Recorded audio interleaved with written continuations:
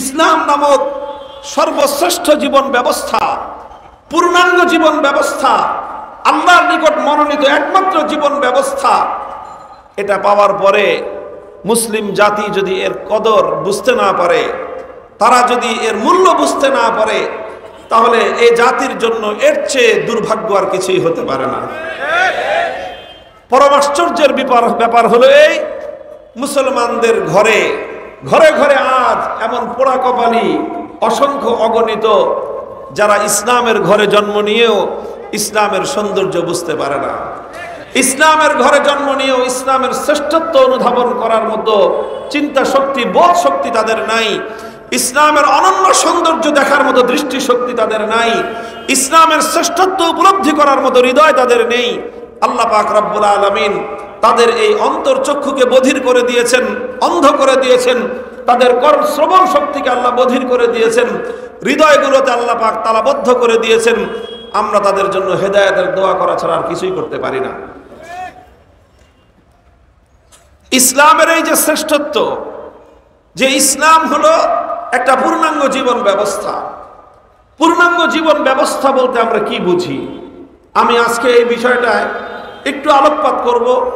আপনারা ধৈর্য সহ শুনবেন, স্লোগান দেওয়ার জন্য ব্যতিব্যস্ত হবেন না, স্লোগান দেওয়ার জন্য ব্যতিব্যস্ত হবেন না। স্লোগান দেওয়ার আলোচনা সবসময় করি, আজকেও হয়তো শেষ দিকে যদি আমার আলোচনা সেই পর্যন্ত যায়, স্লোগান দেওয়ার মতো কিছু কথাও হবে, কিন্তু এর আগ পর্যন্ত বুঝবার মতো ধীর সুস্থে শান্ত চিত্তে কিছু কথা বলবার মতো সময় সকাল রাত 10টার মধ্যে আমাকে দিয়ে দিছে মাহফিলে। এই জন্য আমি আল কোরআন ফাউন্ডেশনের আয়োজকদেরকে ধন্যবাদ জানাই। সব সময় তো আমার কপালে 11টার পরে আপনার সময় জুটেন, যখন মানুষ অস্থির থাকে শুধু স্লোগান দেওয়ার জন্য, তখন আর ধৈর্য সহকারে কোনো কথা শুনবার মতো মানুষের ধৈর্য থাকে না। তো ভাই, ইসলামের এই যে সৌন্দর্য, অনন্যতা, সেটা হলো ইসলামের পূর্ণাঙ্গতা। ইসলামের একটা অনন্য সৌন্দর্য হলো ইসলামের পূর্ণাঙ্গতা। বলেন সবাই, ইসলামের পূর্ণাঙ্গতা। ইসলাম যে পরিপূর্ণ, এটা হলো ইসলামের সর্বশ্রেষ্ঠ সৌন্দর্য। ইসলামের সর্বশ্রেষ্ঠ সৌন্দর্য হলো ইসলামের পরিপূর্ণতা। এই ইসলামের পরিপূর্ণতার অর্থ কি? ইসলামের পরিপূর্ণতার দুটো দিক। একটা হলো একজন ব্যক্তি মানুষের জীবনে তার দোলনা থেকে তার কবর পর্যন্ত তার জীবনে যা কিছুর প্রয়োজন হয়, প্রত্যেকটি বিষয়ে ইসলামের পক্ষ থেকে সুস্পষ্ট নির্দেশনা রয়েছে। কি করতে পারবে, কি করতে পারবে না, কোনটা করা উত্তম, কোনটা করা অনুত্তম, কোনটা করার অনুমতি আছে, কোনটা করা প্রহিবিটেড, কোনটা নিষিদ্ধ, সব বিষয়ে খোলাসা করে আল্লাহ পাক রব্বুল আলামিন ইসলামের মধ্যে বর্ণনা করে দিয়েছেন। সুতরাং এখানে কোনো কিছুই নতুন করে অন্তর্ভুক্ত করার যেমন সুযোগ নাই, ইসলাম থেকে কোনো কিছু মাইনাস করারও সুযোগ নাই। ইসলামের এই পূর্ণতার গুরুত্বপূর্ণ দুটো দিক হলো, একটা দিক ইসলামের মধ্যে যেরকম একজন মানুষের ব্যক্তি জীবন, তার পরিবার জীবন সংক্রান্ত বিভিন্ন দিক নির্দেশনা রয়েছে, পূর্ণাঙ্গ একটা দিক নির্দেশনা রয়েছে, ঠিক তদ্রূপ ইসলামের মধ্যে মানব জীবনের অর্থনৈতিক কার্যকলাপ সংক্রান্ত যত নির্দেশনার প্রয়োজন, ইসলামের মধ্যে একটা পূর্ণাঙ্গ অর্থ ব্যবস্থার নির্দেশনা রয়েছে। ঠিক তদ্রূপ মানব জীবনে সমাজ পরিচালনা করবার জন্য, একটা গোষ্ঠী পরিচালনা করার জন্য, একটা জাতিকে পরিচালনা করার জন্য যে পলিটিক্যাল সিস্টেম প্রয়োজন, যে রাজনৈতিক বন্দোবস্তের প্রয়োজন, কারণ রাজনৈতিক কোনো ব্যবস্থা না থাকলে বহু মানুষের কোনো একটা গোষ্ঠীকে পরিচালনা করা সম্ভব নয়। একটা নেতৃত্ব থাকতে হয়, সেই নেতৃত্বের অধীনে শত মানুষ, হাজার মানুষ, লক্ষ মানুষ একটা কমান্ডের অধীনে পরিচালিত হবে। সেখানে কোনো মানুষের দ্বারা কোনো মানুষ আক্রান্ত হলে যে আক্রমণকারী, যে অন্যায়কারী, তার বিচার হবে, যে অধিকার বঞ্চিত তার অধিকারকে আদায় করা হবে। এইরকম একটা ব্যবস্থাপনা ছাড়া পৃথিবীতে কোনো জাতি, গোষ্ঠী, কোনো সম্মিলিত জনগোষ্ঠী পরিচালিত হতে পারে না। এই জন্য মানুষের ফিতরি যেই চাহিদা, জন্মগত চাহিদা, স্বভাবগত যে চাহিদা, সেটা হলো একটা জনগোষ্ঠী পরিচালিত হতে হলে একটা পলিটিক্যাল সিস্টেম প্রয়োজন, একটা রাজনৈতিক ব্যবস্থার প্রয়োজন। এই রাজনৈতিক ব্যবস্থা ছাড়া পৃথিবীতে কোনো কালে কোনো জাতি পরিচালিত হতে পারে নাই। এমনকি যদি কোনো ডাকাত গোষ্ঠী, কোনো অন্যায়কারী গোষ্ঠী, অপরাধী গোষ্ঠী, তারাও যদি সম্মিলিতভাবে কোনো কাজ করতে চায়, তাদের মধ্যে একটা নেতৃত্বের প্রয়োজন হয়। নেতৃত্ব প্রতিষ্ঠিত না হলে একটা ডাকাত গোষ্ঠীও তাদের ডাকাতির কাজ পরিপূর্ণভাবে পালন করতে পারে না। একটা সন্ত্রাসী গোষ্ঠীও যদি তাদের সন্ত্রাসের কাজ পরিচালনা করতে চায়, তাহলে তাদের মধ্যে নেতৃত্ব ছাড়া, কমান্ড ছাড়া এবং একটা শৃঙ্খলা ছাড়া সেই সন্ত্রাসী গোষ্ঠীও তাদের সন্ত্রাসী কাজ সুচারুরূপে পরিচালনা করতে পারে না। ডাকাতরা ডাকাতি করতে হলে নেতৃত্বের প্রয়োজন হয়, সন্ত্রাসীরা সন্ত্রাস করতে হলে নেতৃত্বের প্রয়োজন হয়। সন্ত্রাসকে নির্মূল করতে হলেও আপনাকে একটা নেতৃত্বের প্রয়োজন হবে। অকল্যাণ করতে হলে যেরকম নেতৃত্ব ছাড়া একটা গোষ্ঠী সম্মিলিতভাবে কোনো অকল্যাণ করতে পারে না, সেই অকল্যাণকে রোধ করে আপনি যদি কোনো একটা কল্যাণকে প্রতিষ্ঠা করতে চান, নেতৃত্ব নির্বাচন করা ছাড়া, একটা নেতৃত্বের অধীনে সম্মিলিত হওয়া ছাড়া কোনো একটা কল্যাণ জাতির মধ্যে, জনগোষ্ঠীর মধ্যে প্রতিষ্ঠিত করা কশ্চিনকালেও সম্ভব নয়। এই যে মানুষের স্বভাবজাত চাহিদা, এই চাহিদা পূরণ করার জন্য আল্লাহ পাক রব্বুল আলামিন ইসলামের পূর্ববর্তী যুগগুলোতে আল্লাহ পাক রব্বুল আলামিন পূর্ণাঙ্গ কোনো সিস্টেম দেন নাই, বরং আল্লাহ তার নিজের পক্ষ থেকে নেতা নির্বাচন করে দিতেন। বুখারী শরীফ সহ সমস্ত হাদিসের কিতাবগুলোর মধ্যে হাদিস বর্ণিত হয়, ইন্না বানি ইসরাঈলা কানাত তাসুসুহুমুল আম্বিয়া কুল্লামা হালাকা নাবিয়্যুন খালাফাহু আখার ওয়ালা নাবিয়্যা বাদি ওয়া সায়াকুনু খুলাফাউ ফায়াকসুরুন। আল্লাহর পয়গম্বর বলেন, আমার পূর্বে আল্লাহ পাক রব্বুল আলামিনের পক্ষ থেকে নবী প্রেরিত হতেন। নবী আল্লাহ নিজে সিলেক্ট করতেন। কোন ইলেকশনের মাধ্যমে নবী নির্বাচিত হতেন না, বরং স্বয়ং আল্লাহর পক্ষ থেকে নির্বাচনের মাধ্যমে, নির্ধারণের মাধ্যমে, সিলেকশনের মাধ্যমে আল্লাহ পাক রব্বুল আলামিন নবী প্রেরণ করতেন। আল্লাহ যাকে নবুয়ত দান করতেন, যেই জাতির জন্য আল্লাহ যাকে নবী হিসেবে প্রেরণ করতেন, সেই জাতির জন্য, সেই জনগোষ্ঠীর জন্য, সেই জনপদের জন্য তিনি নেতা হিসেবে আল্লাহর পক্ষ থেকে নির্ধারিত থাকতেন। তিনি হতেন আল্লাহর পক্ষ থেকে এই জমিনে আল্লাহর প্রতিনিধি।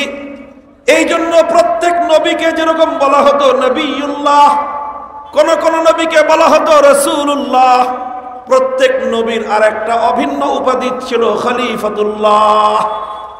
প্রত্যেক নবী আল্লাহর জমিনে আল্লাহর খলিফা হতেন।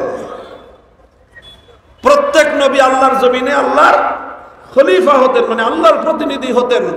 অর্থাৎ নেতা কে হবে এটা আল্লাহ পাক দুনিয়ার মানুষের উপর ইলেকশনের দায়িত্ব না দিয়ে আল্লাহ নিজে সিলেকশনের মাধ্যমে নেতা নির্ধারণ করে দিতেন। আল্লাহ নবী বলতেছেন, আমি তো আল্লাহর পক্ষ থেকে সিলেক্টেড সর্বশেষ নেতা, আমার পরে আল্লাহর পক্ষ থেকে সিলেক্টেড নেতা আর হবে না। এবার সামনে তোমাদেরকে ইলেকশনের মাধ্যমে নেতা নির্বাচন করতে হবে। কথাটা বুঝেন, আল্লাহর পক্ষ থেকে শেষ নবী, সর্বশেষ সিলেক্টেড নেতা, সর্বশেষ সিলেক্টেড নেতা দুনিয়াতে অতিক্রান্ত হওয়ার পর কিয়ামত পর্যন্ত এই বিশ্ববাসীর যে নেতৃত্ব, সেই নেতৃত্ব কিভাবে পরিচালিত হবে, সেজন্য আল্লাহ পাক রব্বুল আলামিন শেষ নবীর মাধ্যমে একটা ইলেকশন পদ্ধতি দিয়েছেন। এর আগ পর্যন্ত আল্লাহ নিজে সিলেকশন করেছেন।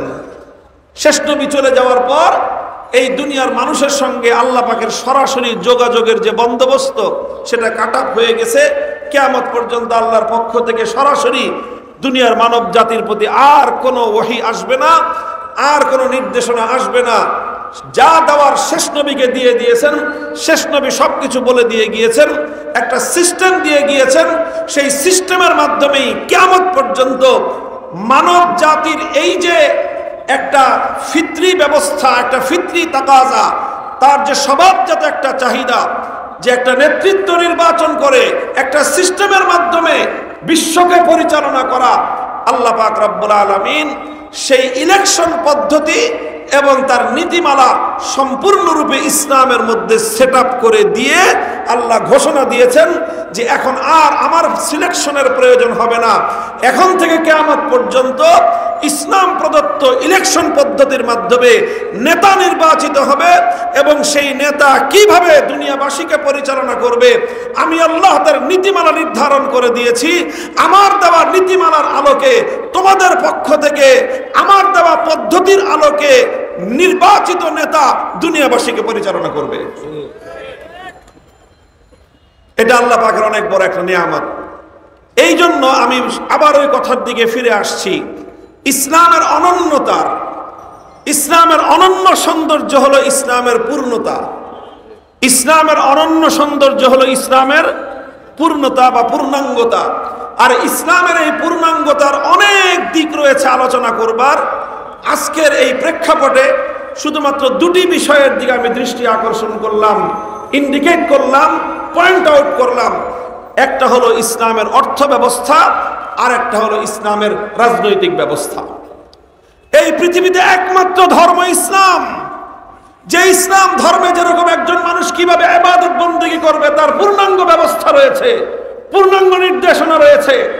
আপনি যদি সুবহে সাদেকের সময় আমাকে জিজ্ঞাসা করেন যে হুজুর ইসলাম এখন আমাকে কি বলে, আমি বলবো ইসলাম তোমাকে বলে ঘুম থেকে উঠে তুমি ফজরের নামাজ আদায় করো।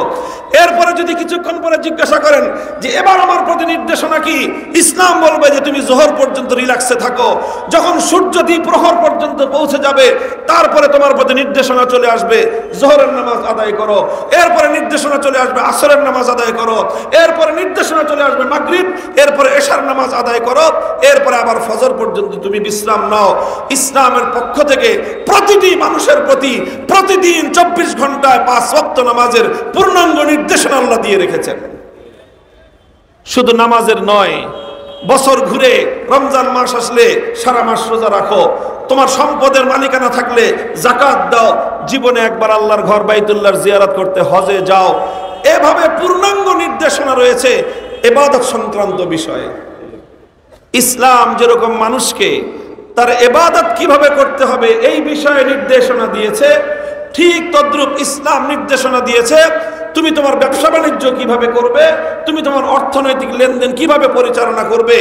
কারো কাছ থেকে যদি তুমি কোনো লোন নিতে হয়, ঋণ নিতে হয়, সেই ঋণটা কিভাবে নিবে, সেই ঋণটা যদি আবার তোমাকে ফেরত দিতে হয় কিভাবে তুমি ফেরত দিবে।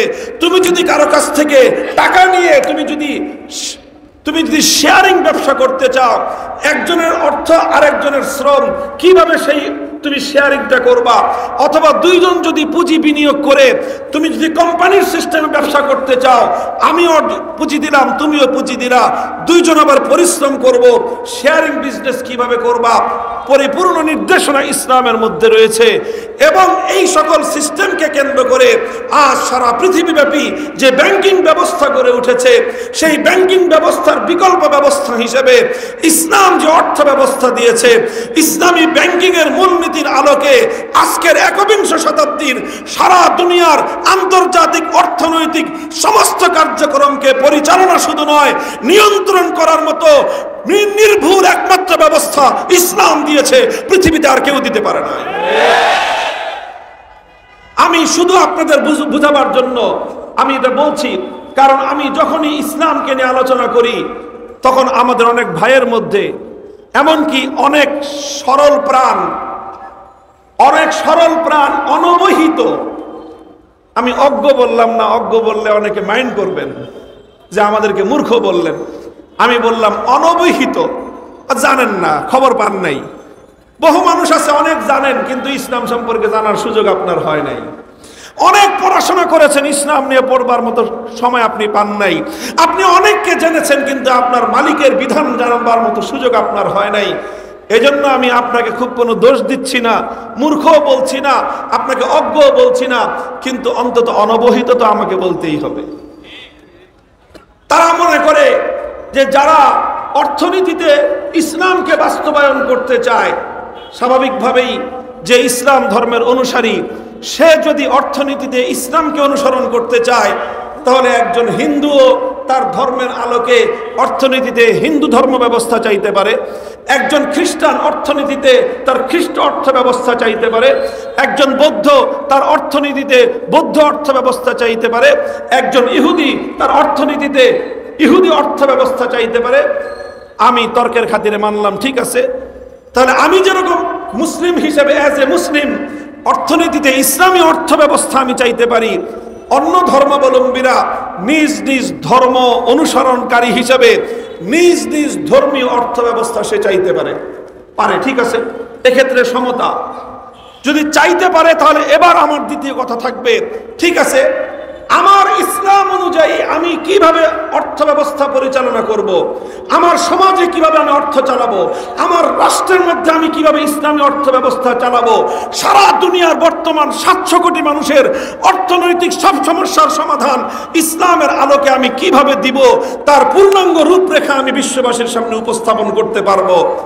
এবার আমি পাল্টা একটা চ্যালেঞ্জ ছুড়ব পৃথিবীতে অন্য সবগুলো ধর্মাবলম্বীদেরকে, হিন্দু, বৌদ্ধ, ইহুদি, খ্রিস্টান, উল্লেখযোগ্য 4টা ধর্মের নাম মেনশন করে আমি বলতেছি, তোমরা তোমাদের একটা সিস্টেম দেখাও আজ 21 শতাব্দীর 2024 সালের এই শেষ লগ্নে এসে, যে পৃথিবীতে হিন্দু ধর্মাবলম্বী হিন্দু ধর্মের অনুসরণে একটা আন্তর্জাতিক হিন্দু ধর্ম ব্যবস্থা যেভাবেই হোক তোমরা সেটা প্রণয়ন করে আনো তোমাদের ধর্মগ্রন্থের আলোকে, ইহুদিরা আনো, খ্রিস্টানরা আনো, বৌদ্ধ ধর্মাবলম্বীরা আনো, যে তোমাদের ধর্মগ্রন্থের মূলনীতির আলোকে পৃথিবীর অর্থ ব্যবস্থা 21 শতাব্দীর অর্থ ব্যবস্থা এভাবে চলা উচিত, 21 শতাব্দীর ব্যাংকিং ব্যবস্থা এভাবে চলা উচিত, 21 শতাব্দীর একটি রাষ্ট্রের রাষ্ট্রীয় বাজেট এই হওয়া উচিত, 21 শতাব্দীর একটি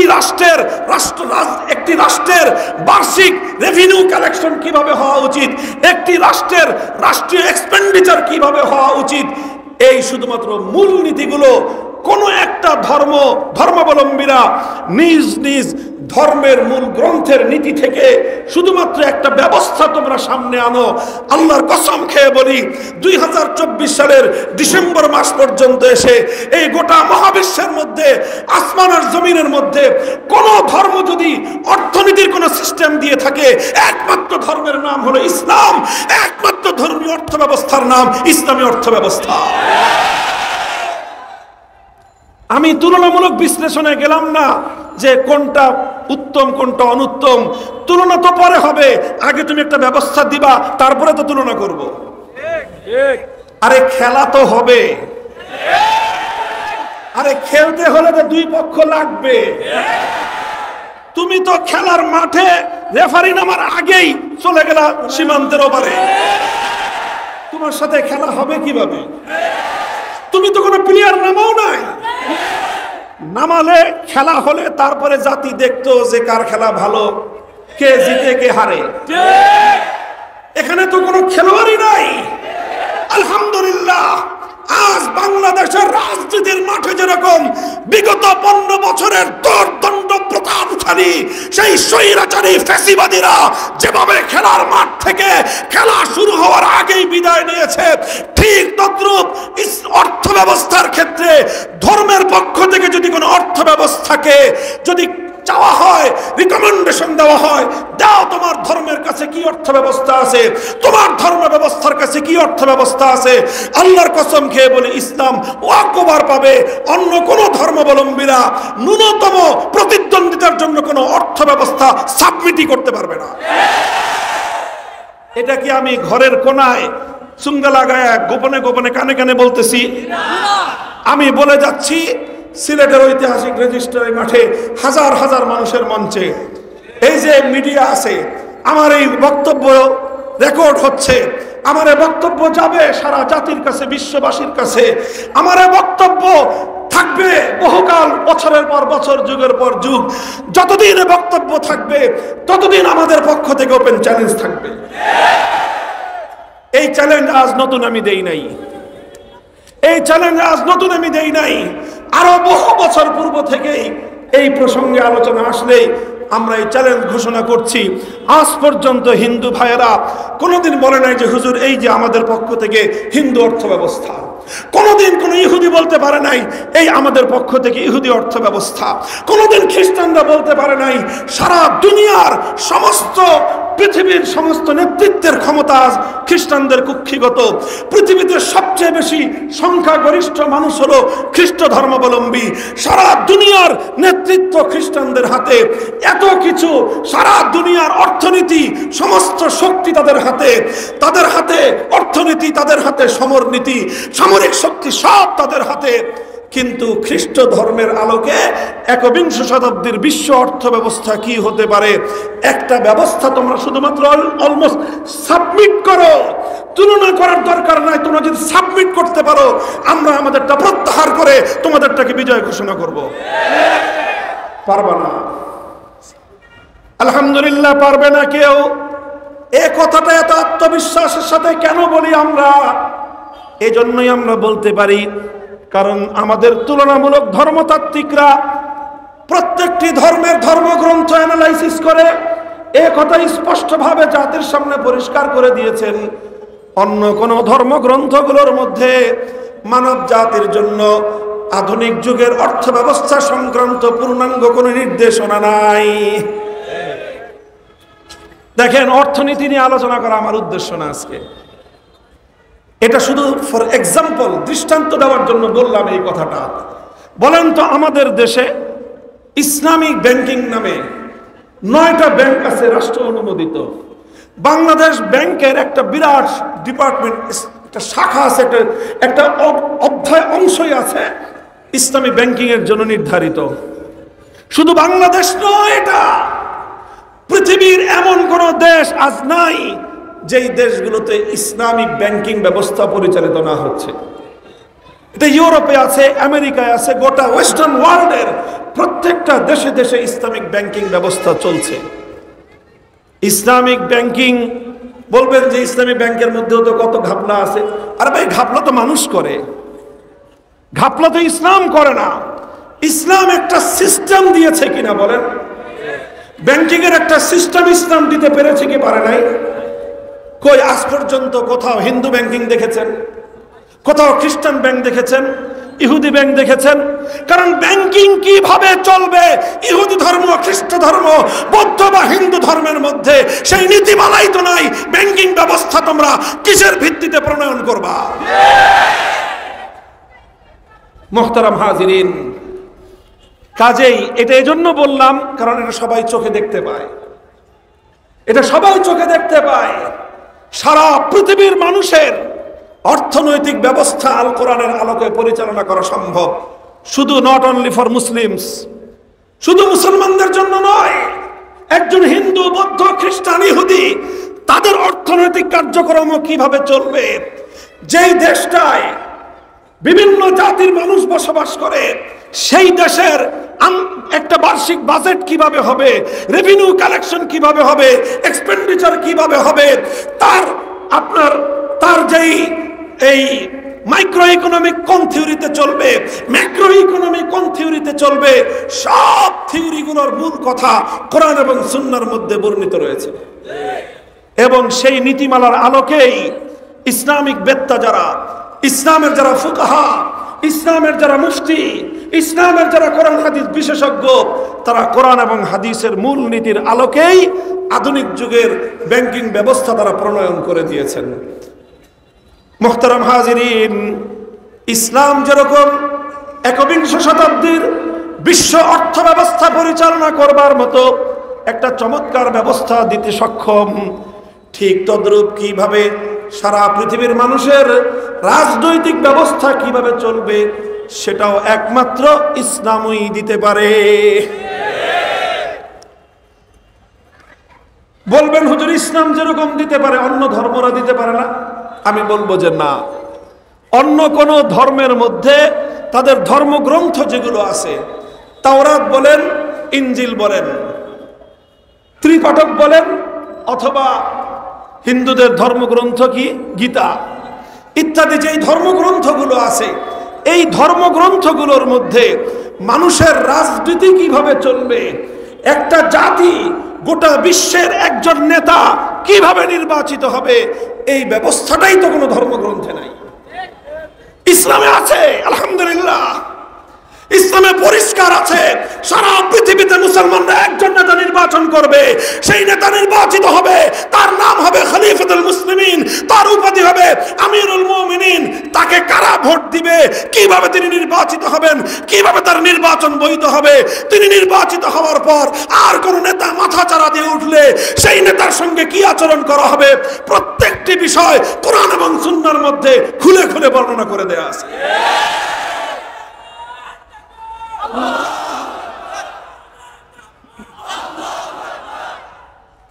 মুহতারাম হাজিরিন, বলতে পারেন অন্য ধর্মগুলোর মধ্যে কি নাই? যদি থাকে বলেন, চ্যালেঞ্জ করলাম, আনেন যে সারা দুনিয়ার একজন নেতা নির্বাচিত হবে, তার নাম কি হবে? হিন্দুরা বলুক। যে সেই সারা বিশ্ব নেতা, সেই বিশ্ব নেতার নাম কি হবে বলো? সেই বিশ্ব নেতার নির্বাচন প্রক্রিয়া কি হবে বলো? বলতে পারবে না। বললে তোমরা বানায় বলতে হবে তোমাদের ধর্মগ্রন্থে নাই। বিজেপি বলবে কংগ্রেস মানবে না, মোদি বলবে রাহুল মানবে না, কারণ মোদি বললে নিজেরটা বলবে, তার ধর্মগ্রন্থে নাই, নিজে আজকে বানায় বলতে হবে রাহুল গান্ধী সেটা মানবে না। আর আমাদেরটা আমি যেটা বলবো, খেলাফত মজলিস, বাংলাদেশ খেলাফত মজলিস যেটা বলবে, জমিয়ত উলামা ইসলাম সেটাই বলবে, ইসলামী আন্দোলন সেটাই বলবে, জামাতে ইসলাম সেটাই বলবে, সারা দুনিয়ার সমস্ত ইসলামী দল এক কথা বলবে, ভিন্ন কোনো কথা কারো কাছ থেকে শুনবে না।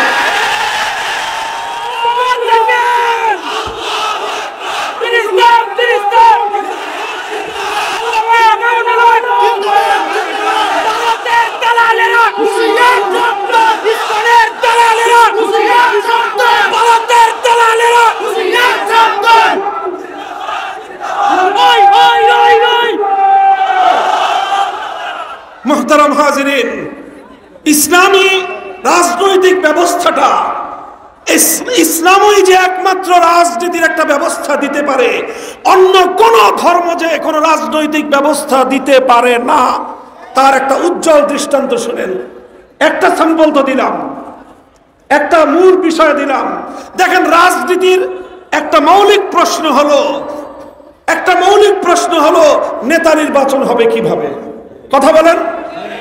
আপনি আমাদের দেশের এই যে রাজনীতির সমস্ত সংকট থেকে, সমস্ত সংকট থেকেই যে প্রধানমন্ত্রী নির্বাচিত হবে কিভাবে? কথা বলেন, ঠিক না বেঠিক? এটা নিয়েই তো 15 বছর চললো। তারা বলে তত্ত্বাবধায়ক সরকার ছাড়া মানি না, এরা বলে তত্ত্বাবধায়ক সরকার কি জিনিস জানি না। এই চলতে চলতে চলতে চলতে আজ 15 বছর পরে তিনি বিতাড়িত হলেন। এখন আবার প্রশ্ন আসছে যে তাহলে তাড়াতাড়ি রোডম্যাপ দেন, কবে নির্বাচন করবেন, কিভাবে নির্বাচন হবে, সেই নির্বাচন ব্যবস্থা সংস্কার করেন, নির্বাচন কমিশন দেন, সব কিছু দেন, তারপরে নির্বাচন দেন, তারপরে নির্বাচন দিয়ে একজন নেতা নির্বাচন করেন। এটা নিয়েই যে এত কামড়াকামড়ি। অর্থাৎ রাজনীতির মধ্যে খুব গুরুত্বপূর্ণ একটা ভাইটাল কোয়েশ্চেন হলো যে কিভাবে নেতৃত্ব নির্বাচন হবে।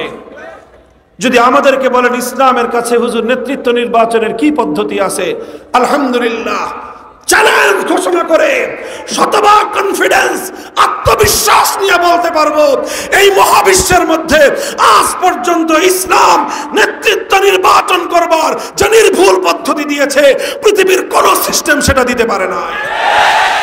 কিয়ামত পর্যন্ত সেটা সম্ভব নয়। আরে অন্য কোন ধর্মের মধ্যে আন্তর্জাতিক বিশ্ব ব্যবস্থায় একজন নেতা নির্বাচন করার কোন পদ্ধতি তো বর্ণনাই নাই। ভুল বা শুদ্ধ তো পরের কথা, উত্তম বা অনুত্তম সেটা তো পরের প্রশ্ন। কোন পদ্ধতিই নাই তোমার কাছে যে তুমি যে বলবা যে হ্যাঁ হিন্দু ধর্মের নিয়ম অনুযায়ী সারা পৃথিবীতে একজন নেতা এভাবে নির্বাচন হবে। হিন্দু ধর্মে তার কোনো পদ্ধতি নাই, খ্রিস্টান ধর্মে নাই, ইহুদি ধর্মে নাই, বৌদ্ধ ধর্মে নাই, শিখ ধর্মে নাই, কোনো ধর্মেই নাই। থাকলে একমাত্র ইসলাম ধর্মে আছে। অন্য ধর্মগুলোতে নাই কেন, ইসলামে আছে কেন? কারণ অন্য সবগুলো ধর্ম আনকমপ্লিট ধর্ম, ইসলাম একমাত্র কমপ্লিট ধর্ম। অন্য সব ধর্ম হলো শুধু একটা কিছু বিধিবদ্ধ আনুষ্ঠানিক শুধুমাত্র পূজা অর্চনার নাম, শুধুমাত্র কিছু ইবাদত বন্দেগীর সমষ্টি হলো অন্য সবগুলো ধর্ম। আর ইসলাম একমাত্র ধর্ম, শুধুমাত্র আনুষ্ঠানিক কিছু ইবাদতের সমষ্টির নাম ইসলাম ধর্ম নয়। ইসলাম ধর্ম যেরকম ইবাদতের কথা বলে, ইসলাম ধর্ম ব্যবসা বাণিজ্যের কথা বলে, ইসলাম ধর্ম রাষ্ট্র রাজনীতির কথা বলে, ইসলাম ধর্ম আসমান থেকে জমিন পর্যন্ত বলে, আসমানের উপরেরটাও বলে, জমিনের নিচেরটাও বলে, মানুষের মাথার তালু থেকে পায়ের তালু পর্যন্ত সব ইসলাম বলে।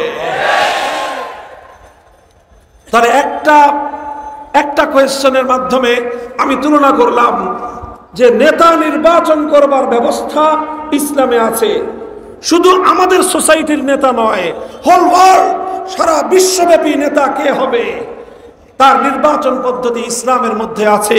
কিন্তু বিশ্ব ব্যবস্থায় নেতা কিভাবে নির্বাচিত হবে অন্য কোন ধর্মের মধ্যে এই ব্যাপারে কোনো ধরনের দিক নির্দেশনা নাই। দ্বিতীয় আরেকটা প্রশ্ন বলি, দেখেন আপনার কথাগুলি বুঝবেন, লক্ষ্য করে বুঝবেন, যে কারোর সাথে কোনো দ্বন্দ্ব সংঘাতের প্রয়োজন নাই। সাম্প্রদায়িক সম্প্রীতির দেশ, কারো উপরে গায়ের জোরে কথা বলি না আমরা। আমার আদর্শ আমি তোমার উপর গায়ের জোরে চাপিয়ে দেওয়া, এটা আমার ইসলামের শিক্ষা নয়। লা ইকরাহা ফিদ্দীন, قد تبين الرشد من الغي فمن يكفر بالطاغوت ويؤمن بالله فقد استمسك بالعروة الوثقى। ইসলাম গ্রহণ করবার জন্য কোনদিন কারো বুকের উপর গিয়ে পিস্তল ঠেকিয়ে বলতে হয় না লা ইলাহা ইল্লাল্লাহ পড়ো। জয় শ্রীরাম বলার জন্য যেরকম তোমরা আমার ভাইদের কাঁধের উপর তরবারি উত্তোলন করো, জয় শ্রীরাম না বলবার অপরাধে তোমরা যেভাবে আমাদের ভাইদেরকে নৃশংসভাবে হত্যা করো, ইসলাম কাউকে লা ইলাহা ইল্লাল্লাহ বলবার জন্য কোশ্চেন কারো ঘাড়ে তরবারি ধারণ করে নাই, ঘাড়ে তরবারি ধারণ করবার পারমিশনও নাই।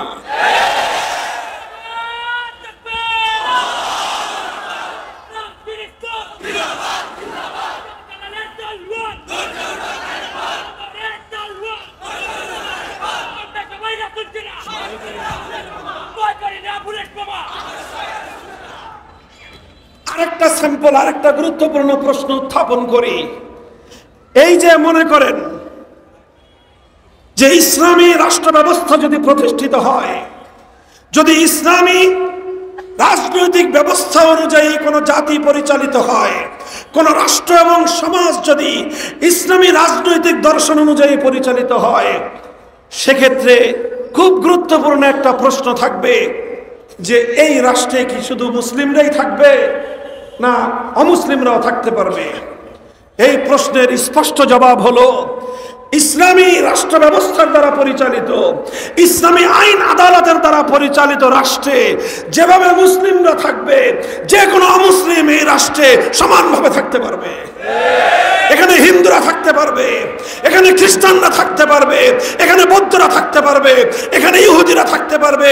প্রত্যেক ধর্মাবলম্বী যার যার ধর্মীয় স্বাধীনতা নিয়ে থাকতে পারবে। শুধু ধর্মীয় স্বাধীনতা নয়, বরং ধর্ম পালনের শতভাগ নিরাপত্তা নিয়ে থাকতে পারবে। বলবেন অন্য ধর্মাবলম্বীরা যদি এই কথা বলে যে হ্যাঁ, হিন্দু ধর্মের রাষ্ট্র হলে সেই রাষ্ট্রে মুসলিমরা থাকতে পারবে,